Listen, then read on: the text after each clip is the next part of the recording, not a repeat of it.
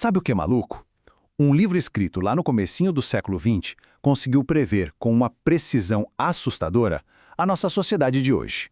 Sim, essa nossa realidade hiperconectada e totalmente dominada por algoritmos. Hoje, a gente vai explorar a fundo Magia e Técnica, Arte e Política, do Walter Benjamin. Não é só mais uma leitura histórica, não. É um diagnóstico impressionante de como a tecnologia bagunça e reorganiza a forma como a gente enxerga o mundo. Então vamos direto ao ponto e desvendar essas ideias. Para dar conta dessa obra, que é super densa, cheia de fragmentos, a gente vai usar um roteiro bem direto. Vamos passar pela crise da experiência, depois arte, técnica e percepção, a política como espetáculo, a história dos vencidos e, para fechar, o chamado ao despertar. Beleza, vamos para nossa primeira parada. A crise da experiência e o empobrecimento da sabedoria. Imagina só como o crescimento rápido e caótico das grandes cidades acabou esmagando aquela tradição antiga de sentar e contar histórias. Benjamin alerta para isso no ensaio O Narrador. Pensa bem, a gente está vivendo uma desconexão absurda. De um lado, a gente tem a informação. Aquele dado que chega rápido, é imediato, a gente consome na hora e logo esquece. São fatos isolados. Do outro lado, a gente tem a verdadeira experiência. Aquela coisa mais lenta, que cria raízes, que permanece e transmite o que a gente chama de sabedoria. E esse é o X da questão. A gente está literalmente se afogando num mar de dados rápidos, vídeos curtos e notificações infinitas. Mas, ao mesmo tempo, a gente está morrendo de fome de sabedoria real. Sabe-se de tudo um pouco, mas perdeu-se a manha de juntar tudo isso numa visão de vida que faça sentido. Avançando para o nosso segundo ponto, arte, técnica e percepção, na famosa era da reprodutibilidade técnica.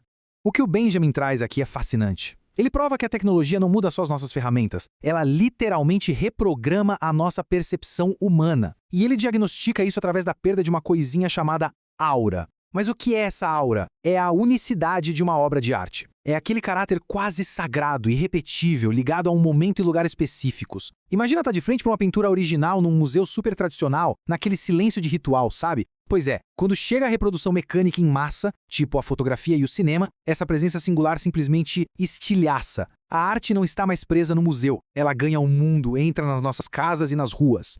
E aí a gente esbarra numa pergunta absolutamente crucial. A serviço de quem está a técnica? Porque olha só a ambivalência do negócio. Por um lado, essa reprodução mecânica é linda, porque democratiza a arte. O que antes era privilégio de meia dúzia de nobres em palácios, agora está nas revistas e nos cinemas para o povão inteiro ver. Só que, por outro lado, isso abre uma porta muito assustadora para manipulação de massa e para propaganda. A tecnologia meio que treina os nossos olhos para cortes super rápidos e ritmos frenéticos, o que acaba deixando todo mundo muito mais vulnerável a estímulos visuais agressivos. Para entender o tamanho desse choque, o Benjamin usa alguns gigantes da literatura não só para fazer uma crítica tradicional, mas como um verdadeiro laboratório de diagnóstico para essa modernidade bizarra. Ele pega o Proust, mostrando a memória involuntária invadindo o nosso presente. Aí vem o Kafka, mapeando aqueles absurdos burocráticos que, cá entre nós, são familiares até demais hoje em dia. Tem o Doblin, que constrói a narrativa no meio de todo aquele barulho caótico de cidade grande. E os surrealistas, que usam o sonho para implodir a nossa suposta vida racional e organizada. É basicamente a literatura tentando traduzir o susto e as ruínas da vida moderna. Entrando agora na nossa terceira parte, a política como espetáculo, o fascismo e as massas. Aqui a gente vai mergulhar nas observações políticas dele lá dos anos 30 que continuam incrivelmente atuais, mantendo um olhar bem analítico sobre as batalhas ideológicas da época. O Benjamin estabelece um contraste brutal. De um lado, ele fala sobre a estetização da política promovida pelo fascismo. O que é isso? É transformar o debate político num gigantesco espetáculo de massas puramente emocional, focando muitas vezes na guerra. A estrutura social excludente fica ali intacta, mas a população ganha uma ilusão de participação. Do outro lado, como resposta a isso, ele aponta a politização da arte. A ideia não é fazer propaganda simplista, mas usar a arte de um jeito crítico, para emancipar o público e desmontar exatamente essas ilusões estéticas. Basicamente, a política vira um espetáculo e o cidadão é rebaixado a mero espectador. E fala a verdade, isso conecta totalmente com o nosso presente. Pensem como o populismo moderno, independente da vertente política, depende absurdamente de performances que viralizam nas redes. Tudo é baseado em mobilizar o afeto, a raiva e na fabricação de grandes mitos digitais. A razão pública recua e o choque emocional toma conta do palco. Essa análise lá do século passado acaba sendo um espelho perfeito para a nossa era de política movida a likes e algoritmos. O que nos leva à nossa quarta parte, a história dos vencidos e o próprio conceito de história. Nesse ensaio, o Benjamin ataca radicalmente aquele mito ingênuo de que a história da humanidade é uma marcha contínua, automática e suave rumo ao progresso. Como ele mesmo diz, e essa frase é um verdadeiro soco no estômago, a história oficial costuma ser contada pelos vencedores. É como se a história fosse um grande desfile triunfal celebrando os impérios, os monumentos e os poderosos da vez, enquanto o pessoal que foi explorado e atropelado no caminho é ativamente silenciado. Todo documento de cultura carrega junto o peso da barbárie.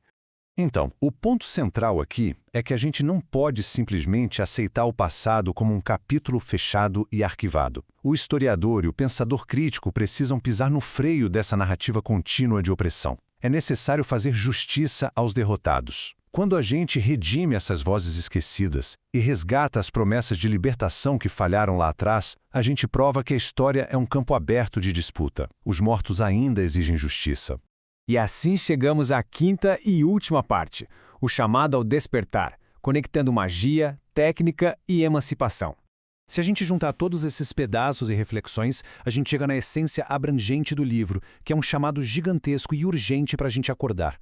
O Benjamin não odeia a tecnologia, muito menos é um otimista cego pelas luzes da cidade grande. Ele entende que a nossa realidade tecnológica é um eterno cabo de guerra entre emancipação e barbárie. Olha só essa dinâmica. Para cada promessa da modernidade, tem um risco equivalente ali do lado. A democratização da arte traz junto o perigo da manipulação em massa. O conforto da técnica e da comunicação pode muito bem virar uma máquina de guerra absurda. E a nossa chance de ter um despertar crítico luta o tempo todo contra a amnésia histórica e a passividade. A técnica, no fim das contas, não é neutra. O resultado depende totalmente de quem está controlando a máquina.